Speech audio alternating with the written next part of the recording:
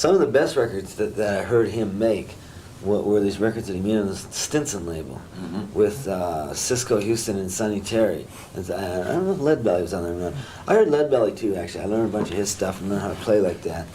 But one of the biggest thrills that I ever had, actually, was when I reached New York, whenever it was.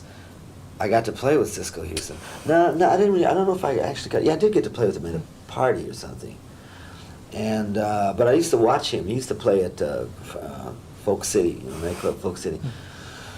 He was an amazing-looking guy. I mean, he was like Clark Gable. Yeah. He was like a movie star. He reminded me a little of Tennessee Ernie, actually. Yeah. Also very unheralded. Oh, completely. Like one of the great unsung heroes. Yep. Of all time, one of the great American figures, and no one. You ask people who about him, nobody knows anything about him. Earlier in the show, we played Diamond Joe. Guess what? We're gonna play it again, but here's the rub. It's a different song. There's 2 songs named Diamond Joe. This one is by Gilbert Bandine Houston. He changed his name in the 1930s after a small California town named Cisco. Cisco Houston was a running buddy and singing partner of Woody Guthrie. He crossed the country more than 30 times, sometimes working as a cowboy, a lumberjack, or a potato picker. He started a Broadway musical called The Cradleville Rock, hosted his own TV show called The Gil Houston Show, made a bit of a name for himself as a songwriter. We got in trouble with another Joe. That was Joe McCarthy, but we're going to hear more about it in a minute.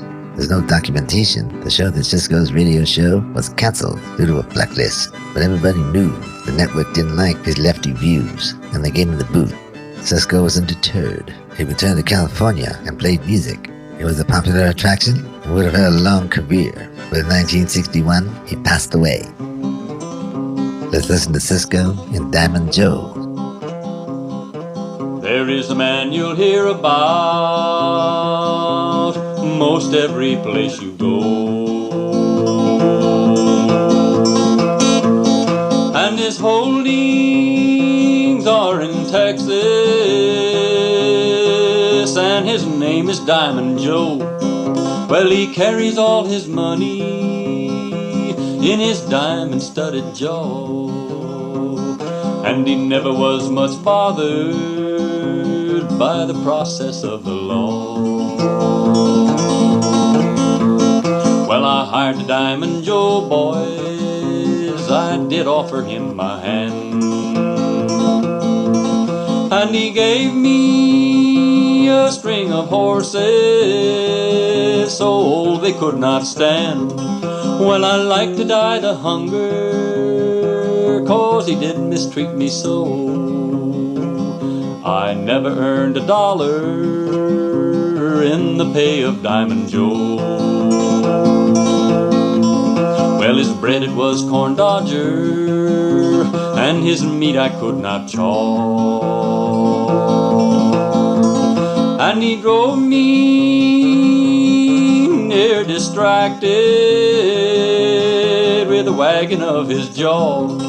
Why, he telling of his story, and I mean to let you know, there never was a rounder that lied like Diamond Joe.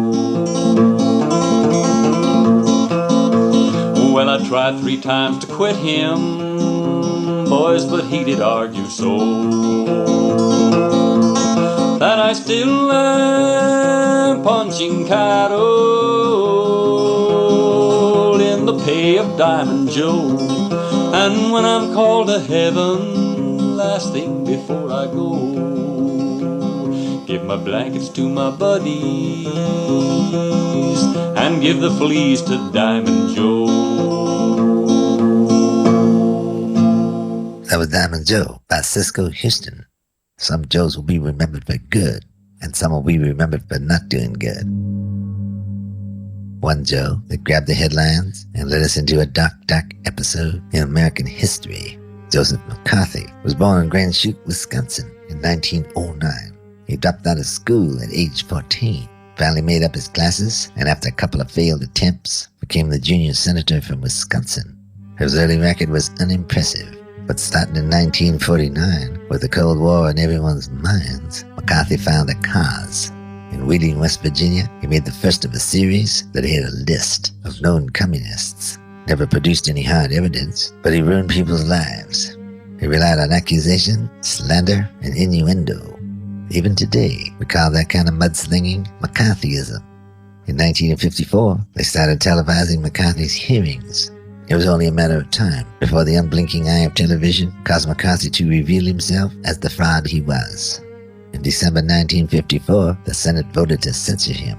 He never repented, but quickly descended into irrelevance and alcoholism.